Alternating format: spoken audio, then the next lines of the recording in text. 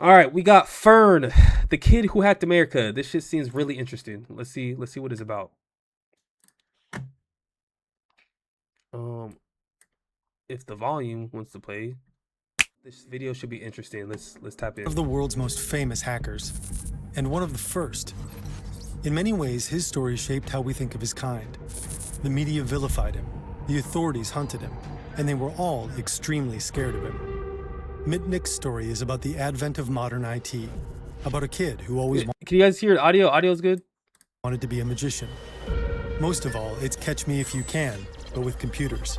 In the 1990s, I was the most wanted hacker in the world. You get that adrenaline rush from the accomplishment of breaking into the system or finding a security hole. That's another thing, bro. You gotta be smart as fuck to be a hacker, dog. Like, if I was, I mean, I'm not a hacker, but like, I wouldn't even know where to start or where to begin with in order to become a hacker, bro. Like, you just start putting just random shit together and just, you know, like, what the, like, you just figure shit out. Like, it's fucking weird, bro. Audio's good. This video is largely based on the book Ghost in the Wires by Kevin Mitnick. It tells the story from his point of view, meaning some details rely on his personal recollection and can't always be independently confirmed.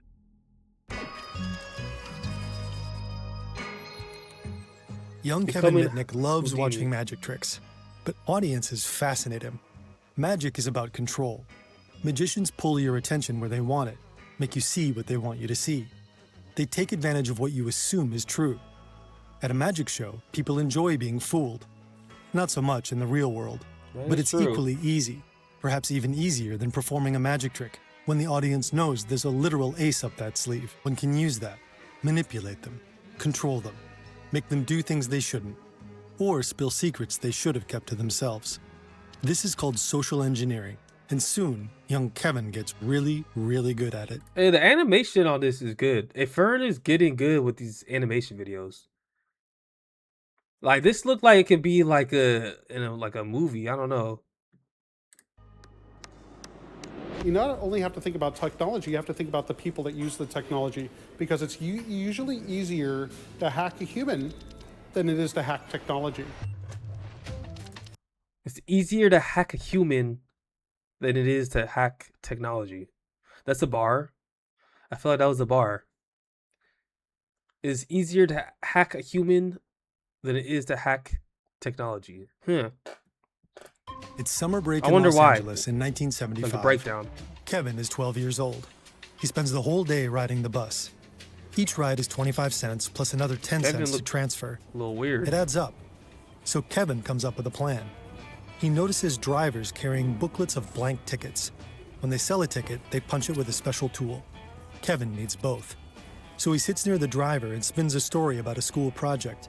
Something about punching interesting shapes into cardboard. So this little nigga a finesser. Kevin's a little finesser. That's who he is. Kevin's a little finesser, dog.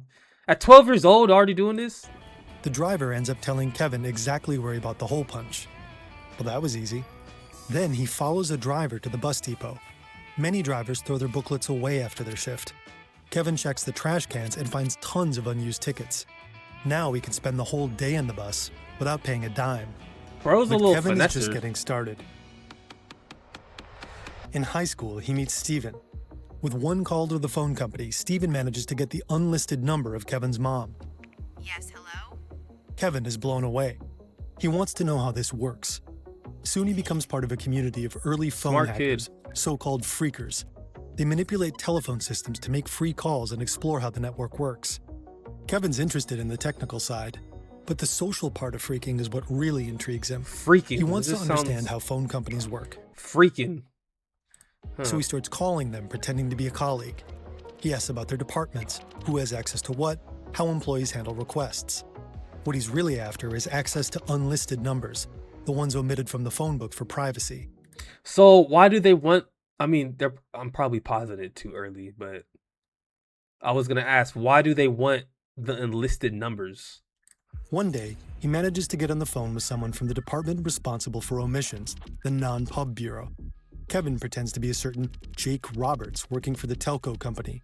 The employee explains that unlisted numbers can only be shared with authorized staff, and Jake Roberts isn't one of them. Kevin's asked to provide an internal phone number where they can call him back. Obviously, he doesn't have one. But hanging up now would attract suspicion, so Kevin keeps the story going. His department manager was supposed to add him to an authorization list. He'll need to double check. Bro, this is like, you're doing the most, dog. This is doing the most. This is like doubling down, and doubling down 5 times on the lie, bro. Just, oh gosh. Kevin starts calling different departments, asking to be connected to a manager. That's doing too. At that point, it's a full-on job, bro. At that point, it's a full-on job. You're talking to Office 1, 2, 3, talking to all these managers and shit. At that time, it's a full-on job. He's posing as Tom Hansen from the non-pub bureau. He says he's. Hey, I would not be a hacker, bro, because I would actually fuck up. I would give up my name. I would fucking. Oh, I thought you said your name was Roberts. Oh, fuck. You're right. I'm hanging up. Updating the list of authorized employees and asks if the manager wants to stay on it. He just needs to provide his name and phone number. Finally, he calls a company technician and asks him to forward Michael the Scott, dog. We got Michael. We got Michael Scott, dog. Calls to an external number. And voila, calling Dunder Mifflin Kevin Paper can Company? now get the non-pub bureau to call him back and provide Bruce Springsteen's private number, just for fun. Kevin is 17 when the head of security of the phone company GTE pays his mom a visit. If her son doesn't stop freaking, they'll terminate the family's phone service. Freaking? He doesn't, of course. I did not know Then, that was a thing. One day, another visit. Why did they call it freaking?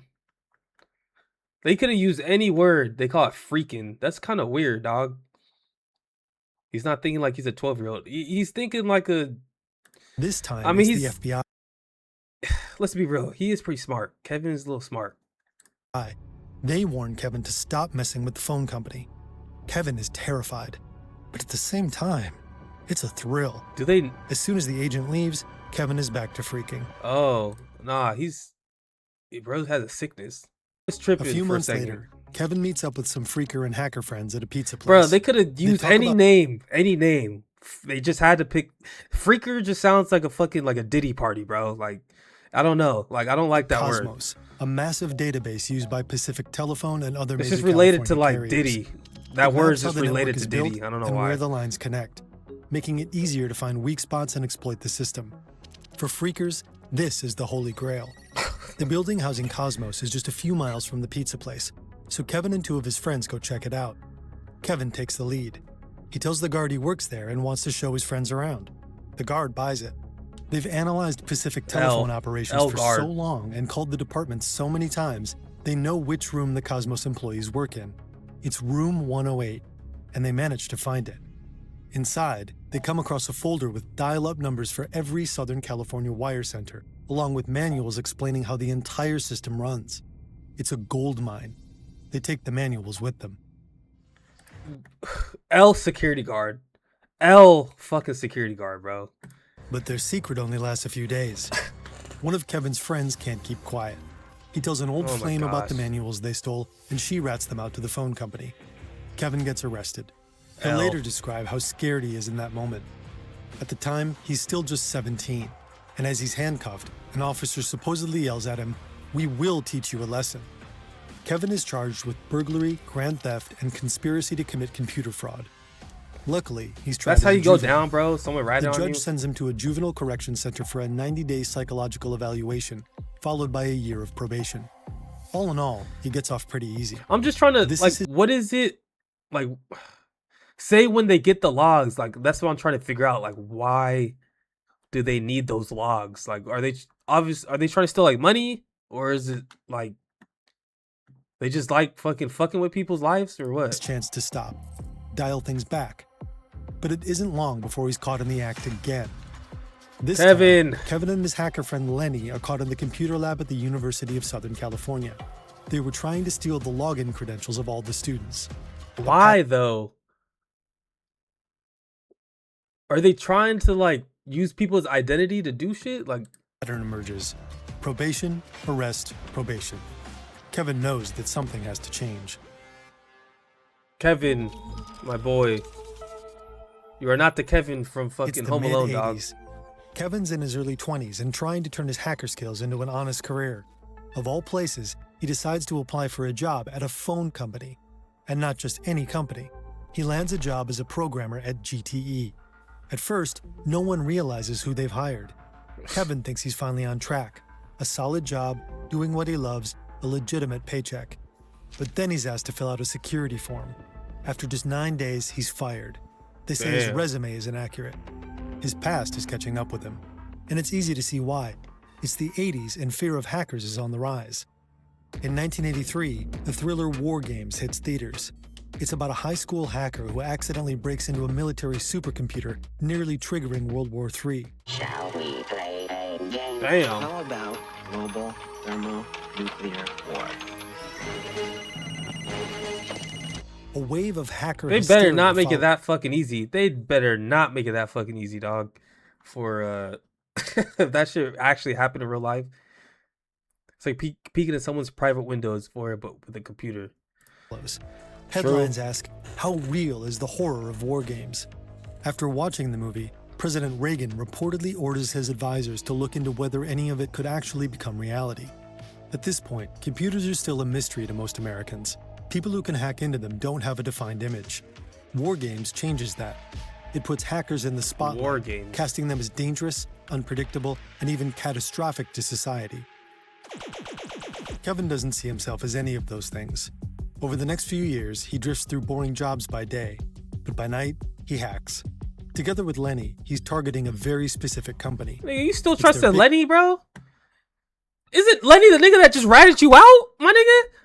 Oh God, bro. Kevin. He's gonna get himself caught up again. Biggest challenge, yeah. Wait, am I tripping? Was Lenny the same dude that he got caught up before? Well, regardless, at the end of the day, guy, like, you should just be doing this shit yourself, bro. It seems like Probably every not. time you're doing it with someone else, you get caught up. Ever heard of DEC? But in the 80s, DEC is the second largest computer manufacturer in the world. One of its biggest successes is its VAX line. And not only that, bro, Relatively- but I know I keep stopping the video, guys, but imagine this shit was what, in the fucking 80s, right? 70s, 80s? Like, imagine fucking hackers today, bro. Like, with this whole AI shit. Like, this crazy, bro. Like, small and cheap enough. Fur needs to smaller do a video of hackers, like, to this day. Like, that would be wild. He needs companies to can do a video afford on them. that. These mini computers turn out to be real milestones. Kevin and Lenny take aim at their operating system. It's called the virtual memory system. They want to study its source code and find security flaws. And by looking at past fixes, they might be able to figure out how to sneak in their own back door. A kind of secret entrance into other people's computers. Not only that, bro, but Kevin, like, all this time you're over here fucking trying to hack people, bro. You could have probably built your own fucking company. Dog, you could have probably made fucking Google, bro. You could have probably made the next fucking Internet Explorer.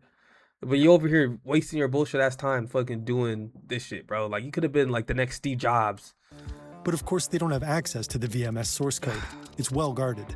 They need to get into the VMS development network. So Kevin falls back on what he does best, social engineering. Lenny taps into the building's phone wiring from his work. He reroutes his connection through a fax line belonging to another company. This way, outgoing calls can't be traced back to them. Meanwhile, Kevin is in a hotel near Lenny's office. He uses a payphone to call Lenny. Then, holding a different payphone to his other ear, he calls DEC. Posing as an employee, he convinces a DEC operator to run a show users command. This command lists everyone currently active and logged into the system. At that moment, Lenny is in the process of logging in. This is so, One entry like, shows Lenny as login and the device name. Then Kevin tells her to type in this spawn command. It quietly creates a logged-in process on Lenny's modem connection using the operator's account. Now Lenny is inside DEC's VMS development so system, confusing, the dog. cluster of connected computers used to work on the operating system. And Lenny has the full privileges of the operator they just tricked. But there's security software monitoring everything that's going on. So they upload a tool that disables it without triggering an alarm. Instead of creating a new admin account, they hijack unused accounts and change their passwords. Now Kevin and Lenny can dig through the system Damn. freely. They comb through the computers and mounted disks. Eventually, they find one called VMS_source. Like, I'm being for real. Like, how long do you think all this shit took, bro? Like, he's probably just Fern's just breaking this down in this video, but like, this is a whole all day thing. Bingo. Next, they look through the emails of a VMS developer. Maybe he mentions vulnerabilities. In one file, they find an analysis of a modified version of VMS's login program, Login Out. It was developed by members of the German hacker collective Chaos Computer Club, and it's a backdoor. They want to copy the source code, just for laughs. Finding it isn't hard. Just for Transferring laughs, it bro. is. Just for laughs. You're doing all this shit just for laughs, bro.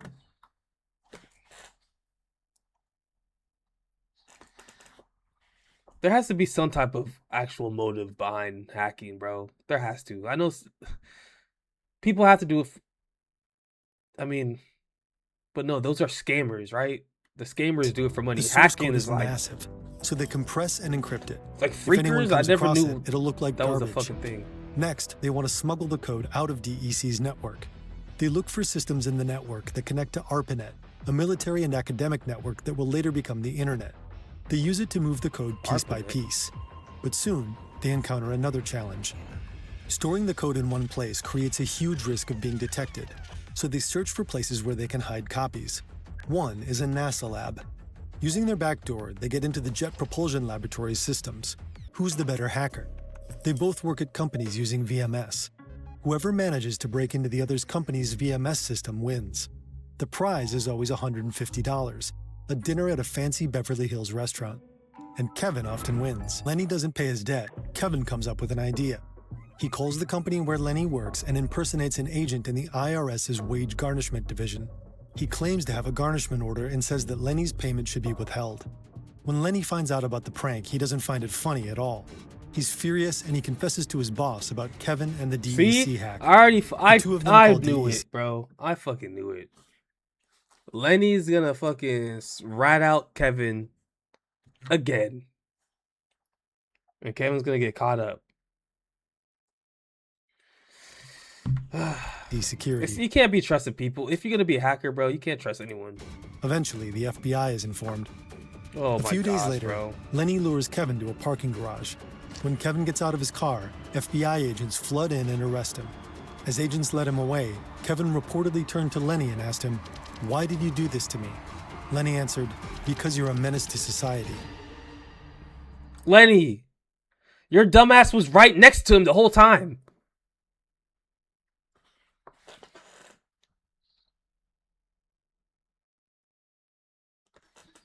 Lenny.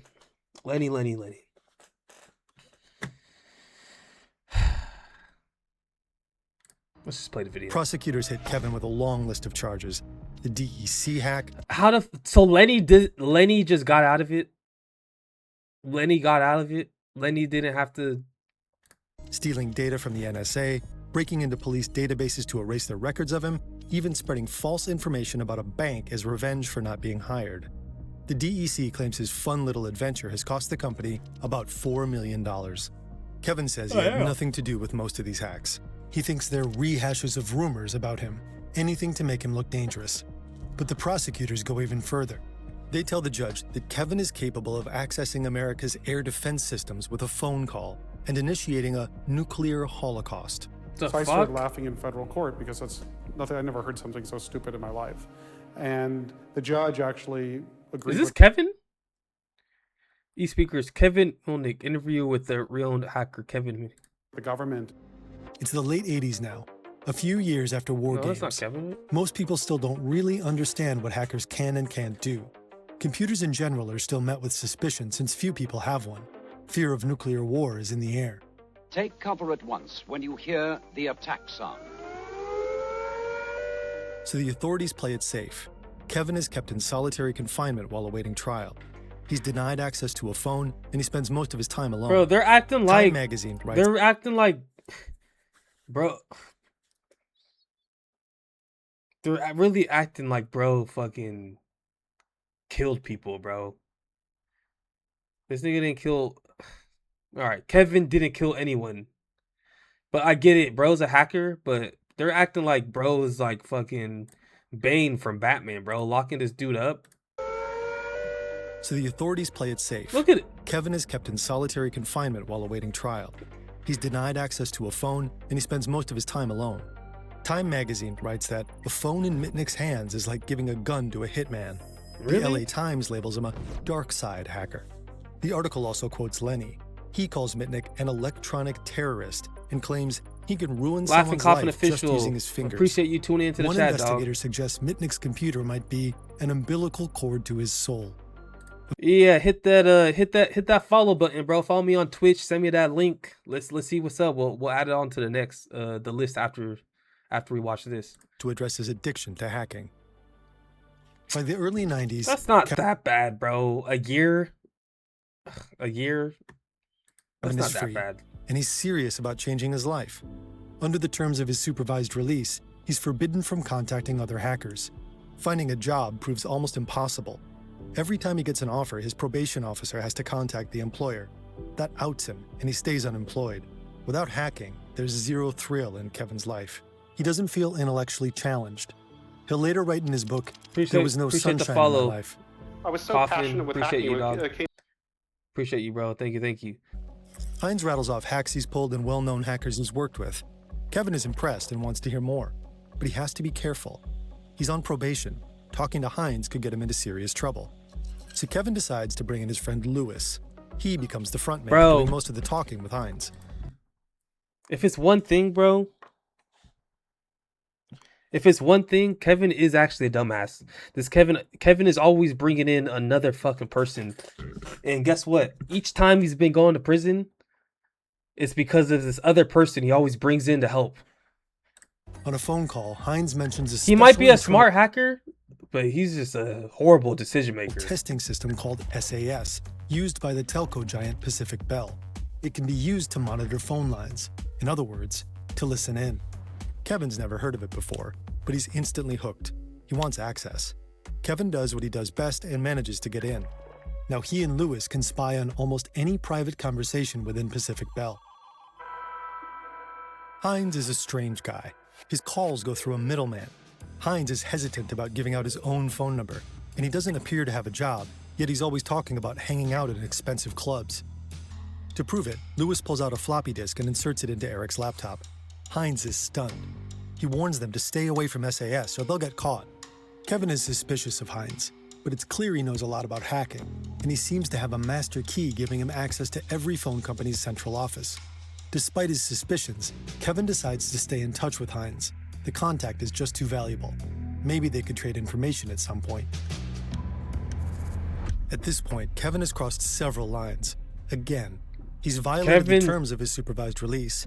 He's back in regular contact with hackers. He's hacked into another phone company's system. And he's about to get arrested again. Gut tells him something is off. Through a series of calls, he finds out his phone is tapped.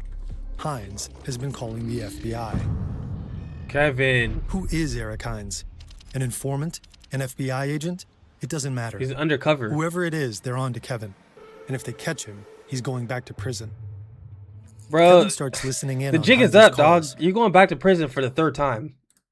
One day, Kevin. he talks to someone who sounds like an agent, and they mention a search warrant. Kevin immediately starts destroying evidence. He reprograms his phone and clones it to a new number. He takes his computer and boxes of disks to a friend's house. The FBI could show up at any moment. And they do. Yeah, bro's In fucked. late September 1992, the FBI searches his apartment, but they don't arrest him. 3 months. That's all that's left of his supervised release. Maybe he can still make it. Maybe they don't have enough evidence. After all, he wiped everything. Kevin makes a decision. He stays in LA for the 3 months he has left. If they come for him, so be it. If they don't, he's gone for good. He'll start a new life somewhere in the US. He's already thinking about which city he'll go to. Not in the US. You'll start another life in Mexico, bro. They're gonna find your ass in the US. I mean, shit. It was 1992 back then. Yeah, it's possible. 1992. Yeah, it was back in the day. His supervised release finally ends. Kevin Mitnick is a free man. For a moment, he's relieved. I'm just curious as to, like, during this whole time, if he wasn't able to have a job, bro. Like, how is he making money? How is he living, bro? Like, yeah, you hacking all these people, but you're not really hacking for money, bro. You're just hacking Is indeed a snitch. That he worked to. with the He's hacking to. What is it called? Freaking? Like, I don't even know. Just to fuck with people, bro. Like, that's weird. It's weird as hell. feds. He must have told the FBI a lot about him. And eventually, Kevin learns that there's another warrant for his arrest. His mother has been approached by agents searching for him. He has to run. But he can't escape what happens next. In just a year, his name will land on the front page of the New York Times. They'll call him a computer programmer run amok, one of the nation's most wanted computer criminals. He'll become cyberspace's most wanted. But he hasn't even done shit, though. Like, yeah, he's gotten a file or something, but Kevin hasn't done shit, though. Like, if you really think about it, during this whole video, like, yeah, he's gotten something, but he hasn't done shit with that thing he got. You know, like, I don't know. That's all I'm saying. Like, he hasn't really done shit. This is Tsutomu Shimomura. He's a researcher at the University of California's San Diego Supercomputer Center. Shimomura doesn't look like your typical scientist. Hold up, with his San long Diego? hair and Shimomura doesn't.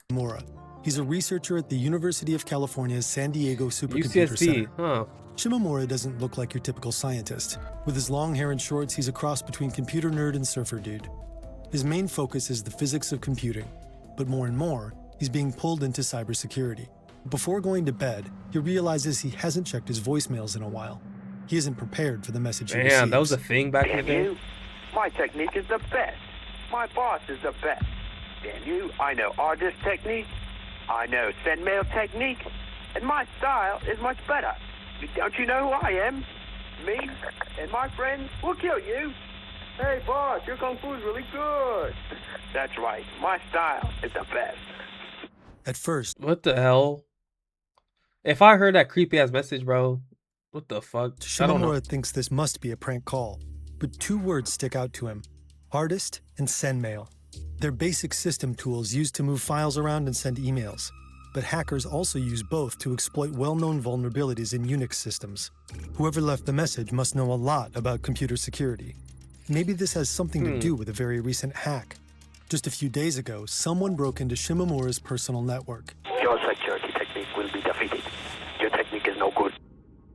Bro, first of all, why are they fucking... Are those real emails, bro? Like, that's just low-key racist, dog. Bro's talking to him in, what, karate shouts?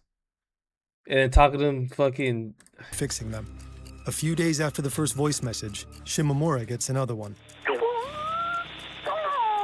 Your security technique will be defeated. Your technique is no good. These guys are clearly baiting him. But why?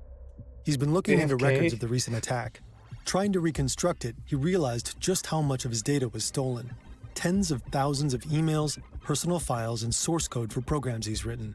Each carries an IP header with information on its source. Bro, this video is like, if you want to become a hacker, bro, like, just watch this fucking video. Like, literally, dog. In an IP spoofing attack, the hacker modifies the source address in the header. This makes the packet look like it originated from I feel like this is a little too much information for... This is a little too much information, you know? Source. How to hack one-on-one. The Computer Emergency Response Team, or CERT, about the attack. The group specializes in IT security. 2 weeks later, CERT issues an official warning about IP spoofing. The warning makes the front page of the New York Times. According to the article, many of the 20 million computers connected to the internet are at risk. Shimomura gets another weird voice message. Tsutomu, my learned disciple. Why you put my voice on the net? This is not good. Haven't I not taught you, grasshopper? You must learn from the master. I know all the techniques and styles. I know tiger claw style. I know crane technique. I know crazy monkey technique. And I also know artist and send mail. And you put my voice on the net? I'm very disappointed, my son. Shimomura wants to know who this strange caller is. So he puts his own hacking skills to use and starts working closely with the FBI. Now they know the attacker's location, but they still don't know who he is. Then a netcom technician has an idea. The company has a tool that shows what a user types in real time, a keylogger. It was originally meant for troubleshooting, but Shimomura and the team can now use it to observe the hacker's moves. It looks like he's logging into a chat program. There, he starts chatting with another hacker. At first, they discuss security vulnerabilities, but then the topic shifts to Shimomura, who's watching them in real time. The hacker has no clue he's being monitored. He's fuming. Did you read the article? Which one? The one for the New York Times, where it's a Jap boy. Markov is the reason why my picture was on the front. Over a New York Times article, and the fact that his photo ended up on the front page. For Shimomura, this is the final piece of the puzzle. Like many other times in his life, it's the FBI. They ask if he's Kevin Mitnick. If they don't just take this nigga and just lock him up for life, bro. It seems like every time they let him out of jail, he just goes right back. It's like the fifth time, bro? Come on, just lock him up. He says he's not. They enter and start searching his apartment. They go through his closet. In the inner pocket of an old ski jacket, they find a piece of paper. It's a pay stub, made out to Kevin Mitnick. Shit. The next day, Mitnick is taken to court. The room is packed with journalists. Shimomura is present too. Superhero and supervillain face each other in real life for the first time. The hearing only lasts a few minutes, then Mitnick is led out of the courtroom. As he passes Shimomura, he nods and says, "I respect your skills." Shimomura nods back. Kevin Mitnick's arrest made headlines across the country for 3 days straight. Skills, bro. Once again, he landed on the front page of the New York Times. A most wanted cyber thief is caught in his own web. The LA Times wrote, "To some, Kevin Mitnick is an electronic terrorist."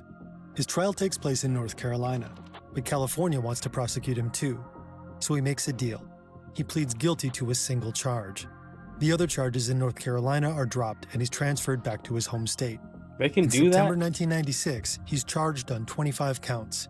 He's accused of hacking companies like Motorola, Nokia, and Fujitsu during his 2 years on the run, stealing software worth millions. Golly. The total damage claims eventually reach almost $300 million. As the trial goes on, support 300 for Mitnick mil? grows. The hacker community rallies behind him. Some question his guilt. A Free Kevin movement emerges. On the day of Mitnick's arrest, Shimomura received 2 more mysterious messages. Was it from Kevin? My friend, I just want to reiterate, it is big joke. It is big, make fun of Kung Fu movie. No, do not fly out to come and get me. I'm not worth it. Just make fun of Kung Fu movie. That is it. Thank you. Hackers attack websites like Yahoo and the New York Times, leaving messages demanding Kevin Mitnick's release. Others criticize a book So about it wasn't the takedown of Kevin? Mitnick. They think the author, Jonathan Markoff, may have embellished the story. A film studio secures the rights to a movie adaptation. In March 1999, Mitnick accepts another deal with prosecutors. He pleads guilty to 7 of the 25 charges. Oh my gosh, Combined bro. with his earlier conviction in North Carolina, he's sentenced to 5.5 years. By this time, he's already spent 4 years in pretrial detention. What was once claimed to be nearly $300 million in damages is reduced to $4,125 in restitution. The Mitnick case becomes a symbol for America's hacker paranoia. Even after he's served his sentence, the restrictions on him are severe. For 3 years, he's banned from using any computers. No cell phones, not even a TV. Bro, that's the first person I've ever known that's banned from using cell phones, TVs, or a computer. I've never heard that ever. The electronic It's like you're grounded for life, you know? Like device he's allowed to use is a landline. He isn't allowed to take any job that involves access to computers. And even back then, they were everywhere. Just before his release, Kevin Mitnick appeared on 60 Minutes. For the first time, he spoke directly to the American public. I saw myself as an electronic joyrider having a great time on the information superhighway. I felt like I was like James Bond behind the computer. It was a big game to me. I was just having a blast. Did it ever occur to you that perhaps what you were doing was wrong? Oh yeah, yeah. It was an invasion of privacy. if you really think about it now, bro, there's so many companies out here that have our invasion of privacy, bro, that invade our privacy. There's so many. If you got Instagram, your shit's leaked, bro. Facebook, all these apps, everywhere you go, bro. Like, just everyone knows your shit. Everyone knows your fucking shit, bro. It doesn't matter. We're in the day and age where everyone knows everything, bro. Everyone knows everything about you. No. A con artist trying to make big money is easy to label. Or if they don't know everything about you, they can sure as hell find it in a couple minutes. You can put him in a box, But for people like Mitnick, there was no box. Maybe that's what fueled the myth of him as the dark side hacker and cyber thief. On January 21, 2000, Kevin Mitnick walks out of prison. Technically, he isn't allowed to use computers for 3 years after his release. But his probation officer starts making exceptions. Mitnick reinvents himself as a cybersecurity expert. Companies pay him to find their security flaws. He appears publicly as a specialist and writes several books. In his bro, this is what I was telling this dude from the get-go, bro. You're wasting your whole entire life just trying to hack people when you could be the next fucking Steve Jobs or something, bro. You're that smart and you're using your smartness to hack into some fucking bro really has the power of fucking like Megamind and shit, bro. He recalls that a single word changed hacking forever. Authorization. It magically transformed him from the most wanted hacker into one of the most sought-after security experts around. On July 16, 2023, Mitnick died of pancreatic cancer at the age of 59. Obituaries honor him as a pioneer and legendary hacker. Damn, 59? That's really early. Thanks again to Boot.dev for sponsoring this video. Check out the link in the description and use code FERN for 25% off. Damn. That was a good video. That was Fern, the kid who hacked America.